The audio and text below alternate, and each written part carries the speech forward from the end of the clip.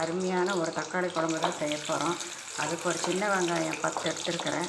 இதை அப்படியே எண்ணெயில் வதக்கிட்டு இப்போ வதக்கி வச்சுருக்கிறேன். இந்த வெங்காயத்தை தேங்காய் ஒரு 1/4 மூடி தேங்காய், சோம்பு, பாருங்க, ஒரு 1/4 மூடி தேங்காய், ஒரு ஸ்பூன் பொட்டுக்கடலை, பட்டை, கிராம்பு, ஏலக்காய், சோம்பு இதெல்லாம் எடுத்து வச்சுருக்கேன் இதை அரைக்கிறதுக்கு. இப்போ எண்ணெய் காஞ்சிருச்சு. அதே எண்ணெயில் கொஞ்சம் கடுகு, பட்டை, கிராம்பு, ஏலக்காய், கடல் பாசி எல்லாம் போட்டுக்கலாம். போட்டுட்டு மீதி உள்ள வெங்காயத்தை குழம்பு கழிச்சிக்கலாம். ஒரு 4 பூண்டு போட்டிருக்கிறேன். இது நல்லா வதங்கட்டும்.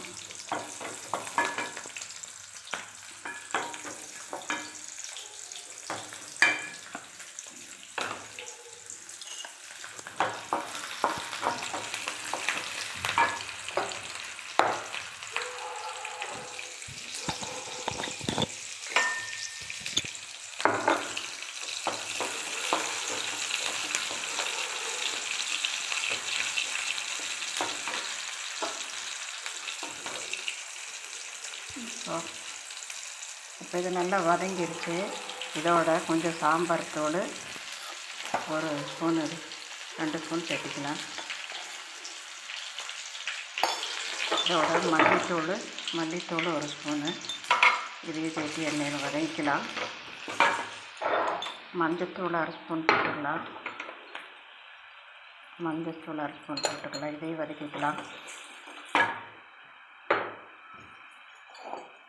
இதுக்கப்புறம் ஒரு 5 தக்காளி எடுத்து வச்சுருக்கிறேன் நார்மலாக, அதையும் வதக்கிக்கலாம்.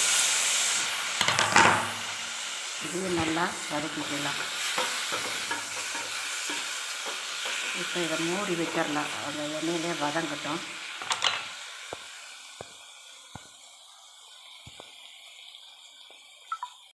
இப்போ இதுக்கு தேவையான உப்பும் போட்டு இதை மூடி வச்சிடலாம். மூடி வச்சுட்டு தக்காளி நல்லா வேகட்டும்.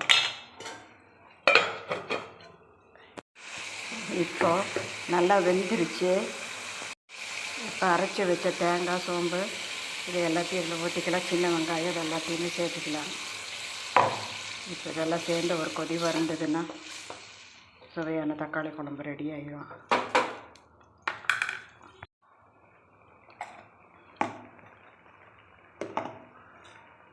இப்போ கரம் மசாலா தூள் சேர்த்திக்கலாம் கொஞ்சம் வாசத்துக்கு. எல்லாம் சேர்ந்து கொதிக்குது.